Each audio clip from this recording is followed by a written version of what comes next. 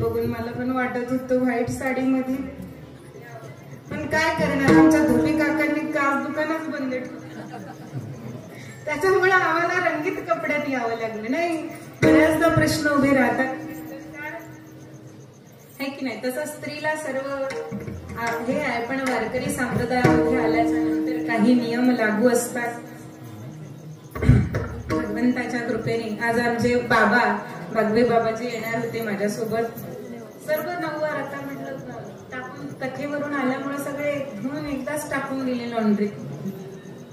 ते आज नेमकेच माझ्यासोबत येणार होते, त्यामुळे आज रंगीत कपड्यांवर कार्यक्रम झाला. तुका म्हणे तैसी करविली तैसी केली कटकट, बाकडी का नीट देव जाणे. असो बोलण्याच्या ओघामधून 2 मिनिटं बोलण्याच्या ओघामधून जर काही चुकून हुकून, आमचे मधाचे बाबा श्लोक म्हणू नका म्हणणारे, मी मजाक मध्ये म्हटलं चुकूनही बोलण्याच्या ओघामध्ये, कारण मोठी धाटी मंडळी आहे, माझ्या वडिलांच्या अधिष्ठानाच्या जागची आहे. मला कुठल्याही बोलण्याचा कुणाचाही राग आलेला नाही किंवा येतही नाही, कारण मोठी माणसं आपल्याला आज्ञा करण्यासाठीच असतात आणि लहान माणसं त्याला पाळण्याकरताच असतात. म्हणून प्रत्येकाच्या चरणावर नतमस्तक होऊन बोलण्याच्या ओघामधून जर कुणाचं मन दुखावलं गेलं असेल तर लेखबाळ म्हणून क्षमा करा.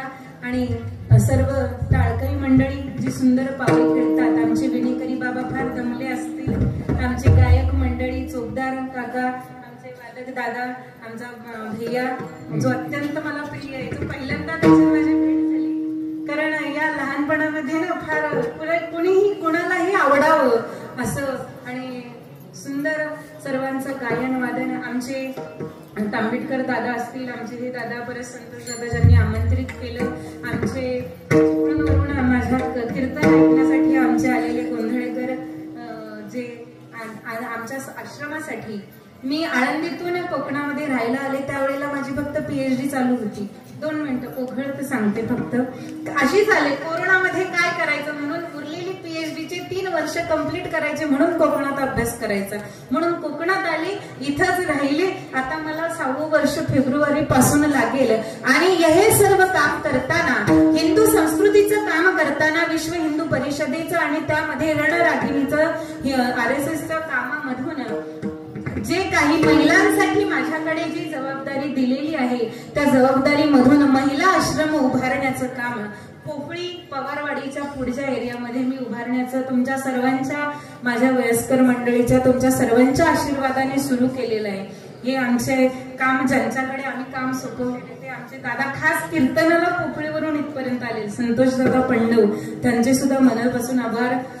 आणि आश्रमासाठी माझं नाही आहे, मी एकटी म्हणून नाही, ज्या पूर्ण महिला निराधार आहे, कारण स्त्री ही वेलीसारखी आहे महाराज. प्रत्येक स्त्री खंबीर नसते, बरोबर ना. पुरुष हा वृक्षाप्रमाणे आहे आणि स्त्री वेलीसारखी, तिला कुठेतरी जीवनामध्ये आधार हवाच असतो, कारण प्रत्येक स्त्री स्ट्रॉंग ही नसते, है की नाही. म्हणून अशा ज्यांना कोणच नाही अशांसाठी मंदाकिनी तीर्थ म्हणजे संत मीराबाई महिला व बालशिक्षण संस्थेच्या अंतर्गत महिला निराधार आणि बाल निराधार अनाथ महिला बाल निराधार आश्रमाचं काम उभारणीवर प्रगती पथावर आहे.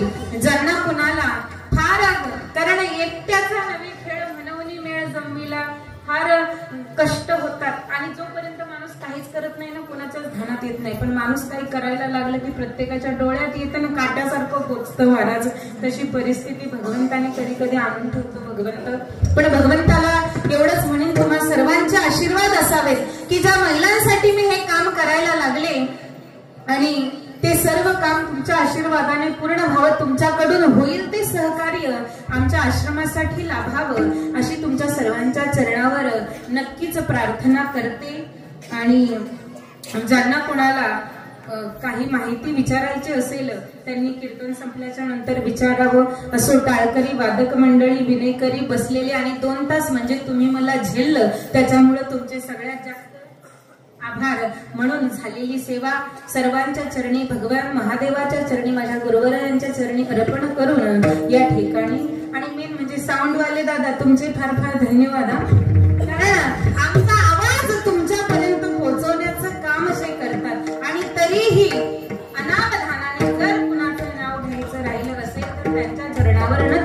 होऊन या ठिकाणी सेवेला पूर्णविराम.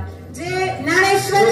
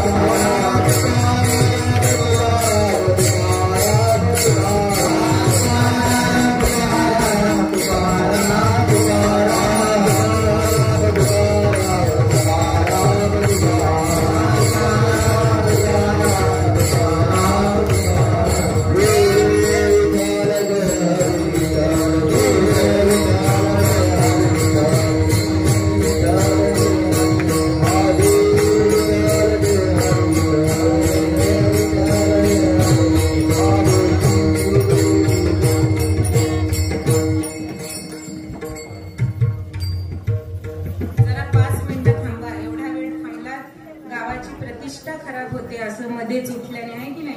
5 मिनिटांनी काही फरक पडत नाही. पुढे उठू नये. उपस्थित सर्व भक्त भाविक मंडळी, सामान्य पाहुणे मंडळी, ग्रामस्थ मंडळी, महिला मंडळ, टाळकरी मंडळी, गायक मंडळी या सर्वांचे या स्वयंभू महादेव मंदिरामध्ये आढळे ग्रामस्थांच्या वतीने हार्दिक स्वागत. या स्वयंभू महादेव मंदिरामध्ये अखंड नारायण सप्तसवाईनिमित्त आजचा हा 6वा दिवस आहे आणि 6व्या दिवशी कीर्तनरूपी सेवा आहे. हरिभक्तपरायण डॉक्टर साध्वी धर्मश्री दिदी संस्कृत भागवत PhD देवाची आनंदी. हरिभक्तपरायण डॉक्टर साध्वी धर्मश्री दिदी संस्कृत भागवत PhD देवाची आनंदी यांनी आजही ग्रामस्थांच्या विनावर मान देऊन या ठिकाणी या स्वयंभू महादेव मंदिरामध्ये कीर्तनरूपी सेवा स्वीकारली. त्याबद्दल आम्ही आजही ग्रामस्थ वतीने आमचे आजही गावचे सरपंच सौ वैष्णवी विजय तांदळे, सौ सानिका संजय तांदळे यांच्या हस्ते आम्ही त्यांना सन्मान करून स्वीकार करायचं. पकवाद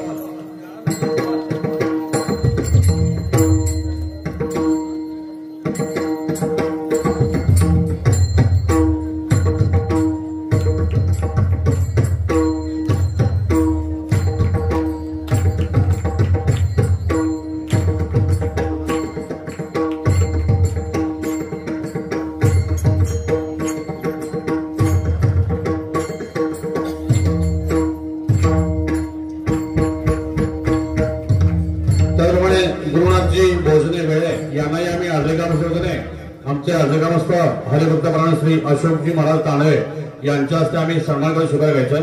गुरुनाथजी भोजने वेळे